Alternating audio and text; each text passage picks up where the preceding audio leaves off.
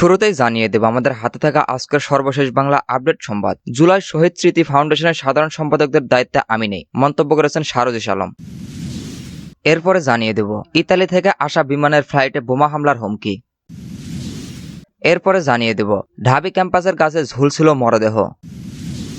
এরপরে জানিয়ে দেব মালয়েশিয়া যেতে না পারা কর্মীদের কারণ বাজারে সড়ক অবরোধ, তীব্র যানজটের সৃষ্টি। সর্বশেষ জানিয়ে দেব র্যাব পুলিশের ইউনিফর্ম পরিবর্তন, কি বলছেন বিশেষজ্ঞরা। এতক্ষণ শুনছিলেন সংবাদ শিরোনাম, এরপর শুনবেন বিস্তারিত। জুলাই শহীদ স্মৃতি ফাউন্ডেশনের সাধারণ সম্পাদকদের দায়িত্বে আমি নেই, মন্তব্য করেছেন সারোজিস আলম। জাতীয় নাগরিক কমিটির মুখ্য সংগঠন সারোজিস আলম জানিয়েছেন তিনি জুলাই শহীদ স্মৃতি ফাউন্ডেশনের সাধারণ সম্পাদকদের দায়িত্বে নেই। আজ বুধবার সকালে নিজের ভেরিফাইড ফেসবুক পেজে দেওয়া এক পোস্টে এ তথ্য জানান সারোজিস আলম। ফেসবুক পোস্টে সারোজিস আলম বলেন, জুলাই শহীদ স্মৃতি ফাউন্ডেশনের সাধারণ সম্পাদকদের দায়িত্বে আমি নেই। এই ফাউন্ডেশনের গতি ত্বরান্বিত করার জন্য ফাউন্ডেশন গণতন্ত্র কাঠামো কাজের প্রক্রিয়া পরিবর্তন আনা হয়েছে। সারোজিস আলম তার পোস্টে উল্লেখ করেন, এখন থেকে এক্সিকিউটিভ কমিটি পুরো ফাউন্ডেশনের অফিসের সার্বিক বিষয় পরিচালনার দায়িত্ব পালন করবে। চিফ এক্সিকিউটিভ অফিসার সিইও অফিসের প্রধান হিসেবে দায়িত্ব পালন করবেন। মীর মাহবুর রহমান স্নিগ্ধ বর্তমানে সিইও হিসেবে দায়িত্ব পালন করেছেন। গভর্নিং বডি ফাউন্ডেশনের নীতি নির্ধারকরা পলিসি মেকিং কাজ করবে, যেখানে প্রধান উপদেষ্টা সহ 4 জন উপদেষ্টা, স্বাস্থ্য, সমাজ কল্যাণ, স্থানীয় সরকার ও আইসিটি রয়েছে। সাধারণ সম্পাদক নামের কোনো পদ এখন ফাউন্ডেশনে নেই। পোস্টে সারোজিস আলম আরও বলেন, এই ফাউন্ডেশনে প্রথম আর্থিক সহযোগিতা শুরু করে 1 অক্টোবর অফিস চালু হওয়ার 15 অক্টোবর থেকে। আমি সাধারণ সম্পাদক হিসেবে দায়িত্ব গ্রহণ করি 21 অক্টোবর। 31 ডিসেম্বর পর্যন্ত প্রায় 2 মাস 10 দিন আমি এই দায়িত্ব পালন করি। এরপর দায়িত্ব থেকে সরে আসি। ফাইনালি আমার সাইনিং অথরিটি 7 জানুয়ারি হস্তান্তর হয় এবং অফিসিয়াল আমার দায়িত্ব শেষ করি। পোস্টে সারোজিস আলম জানান, 31 ডিসেম্বর পর্যন্ত যাচাইকৃত ভেরিফাইড 826 শহীদ পরিবারের মধ্যে 628 জনকে আর্থিক সহযোগিতা করা হয়। পাশাপাশি প্রায় 11,000 ভেরিফাইডে আহতদের মধ্যে প্রায় 2,000 আহতকে আর্থিক সহযোগিতা করা হয়। সারোজিস আলম বলেন, যতদিন পর্যন্ত তিনি তার সর্বোচ্চ সময় ফাউন্ডেশনে দিতে পেরেছেন ততদিন তিনি দায়িত্ব পালন করেছেন। যখন মনে হয়েছে এখন থেকে ফাউন্ডেশনের প্রয়োজনীয় সময় দেওয়া তার জন্য সম্ভব না, তখন তিনি দায়িত্ব থেকে সরে এসেছেন। তার কাছে নিজের সীমাবদ্ধতা অ্যাড্রেস করা এবং ওই অনুযায়ী দায়িত্ব গ্রহণ বা ত্যাগ করার কোনো দুর্বলতা নয়, বরং এটাতে সৎ সাহস লাগে। তিনি চেষ্টা করেছেন তার চেয়ারদের দায়িত্বের সঙ্গে সক্ষতে। ইতালি থেকে আসা বিমান ফ্লাইটে বোমা হামলার হুমকি। ইতালির রোম থেকে ঢাকার হযরত শাহজালাল আন্তর্জাতিক বিমানবন্দরে আসা বিমান বাংলাদেশের একটি ফ্লাইটে বোমা হামলার হুমকি দেওয়া হয়েছে। বুধবার 22 জানুয়ারি একটি অপরিচিত নম্বর থেকে বিমানবন্দরে ফোন করে এই হুমকি দেওয়া হয় বলে জানিয়েছেন বিমানবন্দর কর্তৃপক্ষ। বিমানবন্দর কর্তৃপক্ষ জানিয়েছে, স্থানীয় সময় মঙ্গলবার 21 জানুয়ারি রাত 8টায় রোমের ব্রিয়ান্দা দা ভিনসি বিমানবন্দর থেকে রওনা হয় বিজি 356 ফ্লাইট। ঢাকায় আসার সময় ফ্লাইটটি বোমা হামলার হুমকি পায়। পরে বুধবার 22 জানুয়ারি সকাল 9টা 20 হযরত শাহজালাল বিমানবন্দরে অবতরণ করেন। এতে থাকা 250 যাত্রী এবং 13 বিমান স্ক্রুর সবাইকে নিরাপদে নামিয়ে টার্মিনালে পাঠানো হয়েছে। প্লেনে কোনো বোমা আছে কিনা তা জানতে প্লেনটিকে বোমা ডিসপ্লোমার ইন্টেলিজেন্স আইনশৃঙ্খলা রক্ষাকারী বাহিনী পাঠানো হবে। তারা প্লেনটিকে নিরাপত্তা পরিস্থিতিতে ঘিরে রেখেছে। পাশাপাশি পুরো বিমানবন্দরের নিরাপত্তা জোরদার করা হয়েছে।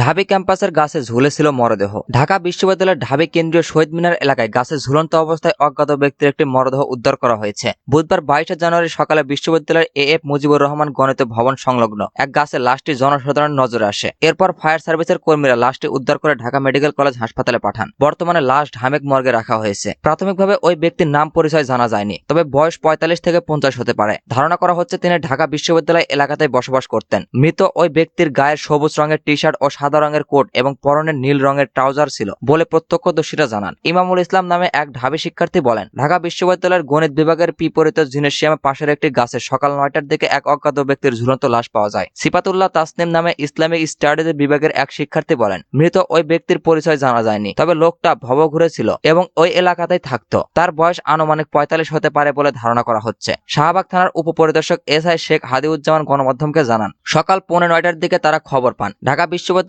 গণিত বিভাগের বিপরীত পাশে ফুটপাতে একটি মেহগনি গাছের ঝুড়ায় গলায় ফাঁস লাগিয়ে ঝুলছে এক ব্যক্তি। সঙ্গে সঙ্গে সেখানে গিয়ে গাছ থেকে তার মরদেহটি নিচে নামানো হয়। পরে আইনি প্রক্রিয়ায় শেষ ময়নাতদন্তের জন্য ঢাকা মেডিকেল কলেজে মর্গে পাঠানো হয়। তিনি জানান, স্থানীয়দের মাধ্যমে জানা গেছে ওই ব্যক্তি ভবঘুরে থাকতেন ওই এলাকার ফুটপাতেই। মানসিক সমস্যাও ছিল তার। প্রাথমিকভাবে ধারণা করা হচ্ছে মঙ্গলবার রাতে যে কোনো সময় সে ওই গাছের চূড়ায় উঠে গলায় ফাঁস দিয়েছেন, তবে বিস্তারিত তদন্ত করা দেখা যাচ্ছে।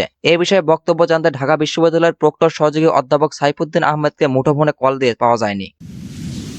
মালয়েশিয়া যেতে না পারা কর্মীদের কারণ বাজারে সড়ক অবরোধ, তীব্র যানজটের সৃষ্টি। রাজধানীর কারণ বাজারে সড়ক অবরোধ করে বিক্ষোভ করেছেন মালয়েশিয়া যেতে না পারা কর্মীরা। এতে কারণ বাজার থেকে পছন্দ পর্যন্ত সড়কের যান চলাচল বন্ধ হয়ে যায়। ভোগান্তিতে পড়েছেন সাধারণ মানুষ। বুধবার 22 জানুয়ারি সকাল 9টায় প্রায় 150 কর্মী কারণ বাজারে শার্ক ফোরামে সামনে জড়ো হয়ে সড়ক অবরোধ করে এই বিক্ষোভ করেন তারা। তাদের অভিযোগ, প্রয়োজনীয় প্রস্তুতি সম্পন্ন করলেও প্রায় 18,000 কর্মী ফ্লাইট সংকটের কারণে গত বছরের 31 মের মধ্যে মালয়েশিয়া যেতে পারেননি। মালয়েশিয়া কর্তৃপক্ষের বেঁধে দেওয়া নির্ধারিত সময়সীমা অতিক্রান্ত হয় এখন তাদের কোচ যোগান ধরে নিশ্চয়তা মেলেনি। অবরোধকারীদের একজন বলেন, 5 লাখ টাকা দিয়েও মালয়েশিয়া যেতে পারেননি তিনি। বর্তমানে ঋণ করে চলতে হচ্ছে। পরিবার নিয়ে খুব কষ্টের মধ্যে আছেন। এ সময় চলতি মাসের মধ্যে মালয়েশিয়া যাওয়ার ব্যবস্থা করার দাবি জানান তিনি। বিক্ষোভে অংশ নেওয়া আরেকজন জানান, প্রবাসী কল্যাণ মন্ত্রণালয় আমাদের চাকরি নিশ্চিত করার আশ্বাস দিলেও এখনো কোনো অগ্রগতি দেখা যাচ্ছে না। অনেকবার সংশ্লিষ্ট কর্তৃপক্ষকে জানিয়েও সুফল মিলছে না। কোনো সমাধান না হয় বাধ্য হয়ে সড়কে নামতে হয়েছে তাদের। বিক্ষোভকারীরা দ্রুত সমস্যার সমাধানে সরকারের হস্তক্ষেপ দাবি করছেন। এছাড়া কর্মীদের পাঠানোর সুনির্দিষ্ট দিন তারিখ ঘোষণা না হওয়া পর্যন্ত আন্দোলন চালিয়ে যাবেন বলেও হুঁশিয়ারি দিয়েছেন বিক্ষোভকারীরা। উল্লেখ্য, দীর্ঘদিন বন্ধের পর মালয়েশিয়া শ্রম বাজারে পথ খোলে 2022 সালের আগস্ট মাসে। দেশটিতে 2024 সালের 31 মে পর্যন্ত 101টি রিক্রুট এজেন্সির মাধ্যমে 5.5 লাখ কর্মী পাঠানোর কথা ছিল। কিন্তু সব টাকা পয়সা পরিশোধ ও কাজের সুযোগ পেয়েও টিকিট জটিলতার কারণে দেশটিতে যেতে পারেননি প্রায় 18,000 কর্মী।